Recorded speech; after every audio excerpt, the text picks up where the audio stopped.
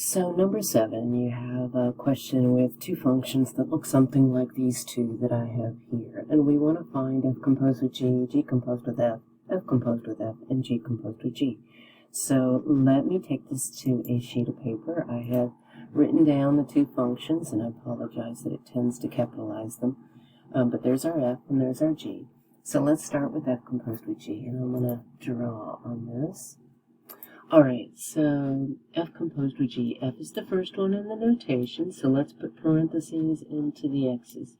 So we'll have parentheses squared minus 3 times parentheses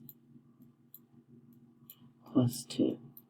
And then we want to drop g into these parentheses since it's the second one in the notation. So x minus 8 and x minus 8.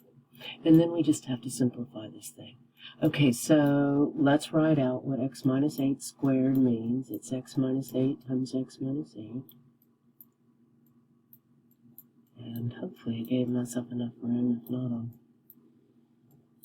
trying to move that down. Alright, and let's distribute that negative 3. So that's negative 3x and positive 24. And then we still have the 2. And I'm going to go ahead and FOIL out the x minus 8's. So x times x will be x squared. X times minus 8 will be minus 8x. Minus 8 times x will be minus 8x. And minus 8 times minus 8 will be 64. And then I have all of this. And hopefully I've got room to add it on the right. We'll see in a second. I'm going to go ahead and add these just for the sake of room. I'll add those to get 26. Alright. So now if we add like terms, we have x squared, negative 8x, and negative 8x is negative 16x, and the minus 3x is negative 19x. And then 64 and 26 is going to give us 90. And there's our final answer for this one. All right, now let's do the other direction. G composed with f. So g is first in the notation. Let's put parentheses into g. So we'll have parentheses minus 8. And then let's plop f into the parentheses since it's second in the notation. And really those parentheses aren't doing anything in this case, so we can drop them and add like terms. So I get x squared minus 3x, and then my 2 and my minus 8 is minus 6. All right, now f composed with f is going to be ugly. So we need to take f and put parentheses in, so we'll have parentheses squared minus 3 times parentheses plus 2. And then I've got to take f and drop it into these parentheses. So I've got to take that whole thing and drop it in.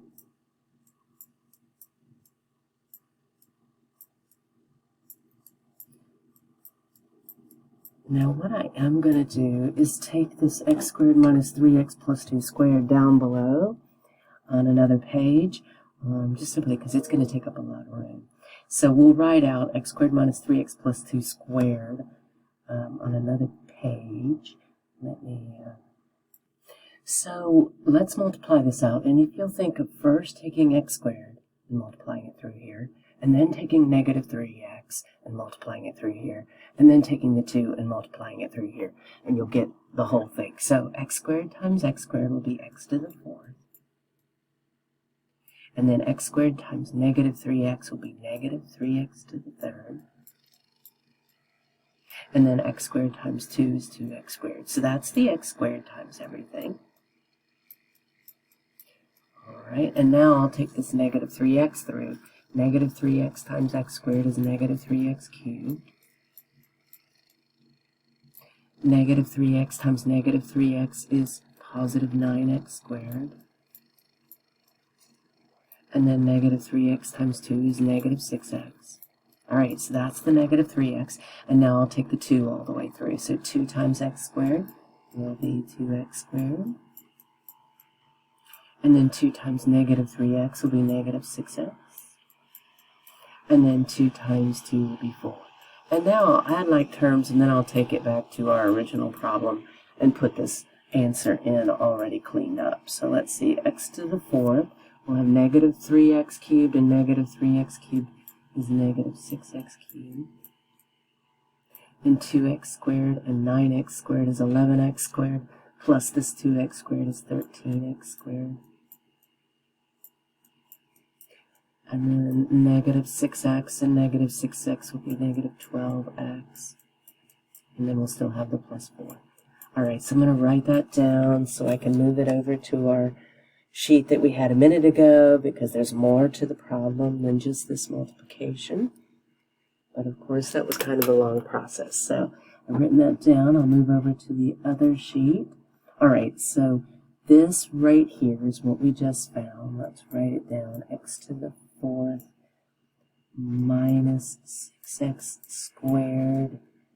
I'm sorry, 6x cubed plus 13x squared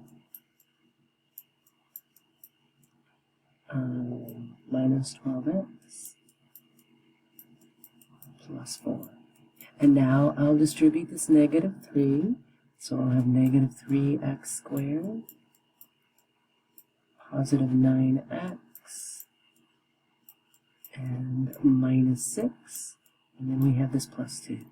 And so we have to add like terms here, and we'll be done with this thing. So the x to the 4th is the only one of its kind. And negative 6x cubed. But we do have some more x squared. So let's see, 13x squared, and negative 3x squared will be 10x squared.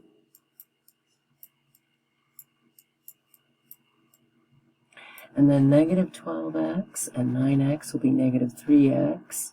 And that seems to be it, negative 3x. And then I have this 4.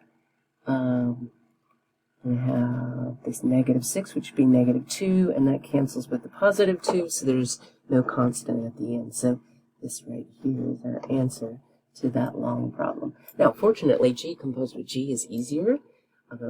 So let's put parentheses into G. We'll have parentheses minus 8 rather. And then let's plop G, the second one, into its parentheses. And those parentheses don't have anything in front of them, so we can drop them and add like terms.